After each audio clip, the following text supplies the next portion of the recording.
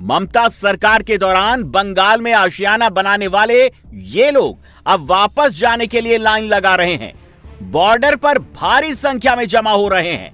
पिछले साल जब एसआईआर का ऐलान हुआ था, तभी गैर कानूनी तरीके से भारत में आए लगभग 3,500 से ज्यादा बांग्लादेशियों को इसी बॉर्डर से वापस भेजा गया था। अब बीएसएफ ने इनके एड्रेस वेरिफिकेशन के साथ साथ भारत में इनकी क्राइम हिस्ट्री की पड़ताल कर रही है। इसके बाद ही इन्हें वापस बांग्लादेश भेजा जाएगा।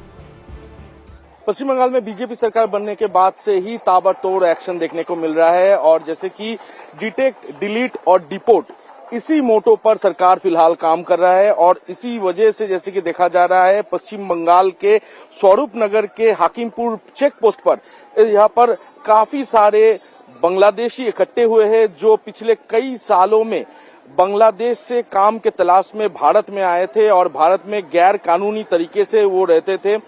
सीमा पार करते हुए वो गैर कानूनी तरीके से वो भारत आए थे। बॉर्डर में किसी ने पैसा दिया था, किसी दलाल को, और किसी ने छुपके से बॉर्डर पार करते हुए भारत आ पहुंचे थे और पिछले कई सालों से भारत में रह रहे थे। अब जब एसआईआर का प्रक्रिया में डिटेक्ट के साथ साथ डिलीट हो चुका है और अभी डिपोर्ट का जो समय चल रहा है, तो इसी बीच जैसे कि देखा जा रहा है पश्चिम बंगाल के अलग अलग जिलों में इसी तरीके से शेल्टर बनाया गया है। तो उस शेल्टर में ना पहुंच पाए, उसके कारण से यहाँ पर जैसे कि देखा जा रहा है बांग्लादेशी जितने भी आए थे घुसपैठी, वो वापस अपने देश यानी बांग्लादेश जाने के लिए इस समय बॉर्डर एरिया में यहाँ पर इंतजार कर रहे हैं। यहाँ पर लगभग 100 से ज्यादा बांग्लादेशी जो अलग अलग समय पे भारत में आए थे, वो वापस जाने के लिए यहाँ पर इंतजार कर रहे हैं। अवैध घुसपैठियों को पकड़ने के लिए मुस्लिम बहुल मुर्शिदाबाद और मालदा में खास नजर रखी जा रही है। मालदा और मुर्शिदाबाद में अवैध घुसपैठियों को हिरासत में लिया जा रहा है। इन घुसपैठियों को होल्डिंग सेंटर में रखा गया है। मालदा में 9 बांग्लादेशी घुसपैठियों को हिरासत में लेकर होल्डिंग सेंटर में रखा गया है। इनमें 3 महिलाएं और 6 नाबालिग हैं। तो वहीं मुर्शिदाबाद के लाल गोला होल्डिंग सेंटर में 3 अवैध बांग्लादेशियों को रखा गया।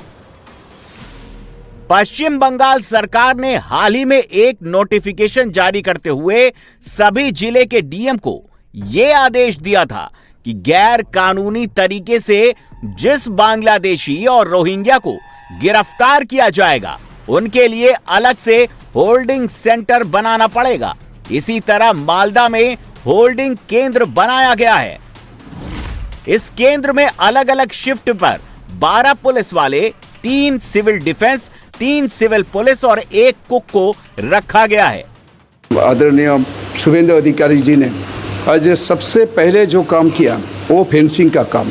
जैसे कि यहाँ 569 किलोमीटर जो सीमांतवर्ती इलाका है जहाँ पे एक्चुअली फेंसिंग होना चाहिए, तो उसका काम शुरू हो गया। आज वहाँ पे फेंसिंग भी होगा और घुसपैठिया पूरा रुक जाएगा। कोई घुसपैठिया यहाँ पे अंदर नहीं आ पाएगा। और जो लोग अंदर में हैं, कुछ लोग तो ऑलरेडी भाग गया, यहाँ से चला गया, और जो लोग अभी भी बचा हुआ है वो सबको निकालेंगे और सबको उसी जगह में डिटेंशन कैंप में लेके जाएंगे। बीजेपी का आरोप है कि ममता राज में बांग्लादेशी घुसपैठिए बड़ी आसानी से भारत में घुस आते थे और कोलकाता समेत देश के कोने कोने में फैल जाते थे। लेकिन अब बंगाल में बीजेपी सरकार है। शुभेंदु अधिकारी ने सीएम बनते ही अवैध घुसपैठियों पर कड़ा प्रहार करना शुरू कर दिया है।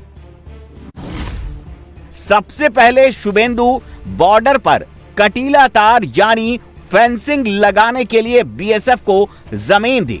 इसके बाद बंगाल में सीएए लागू करने का ऐलान कर दिया।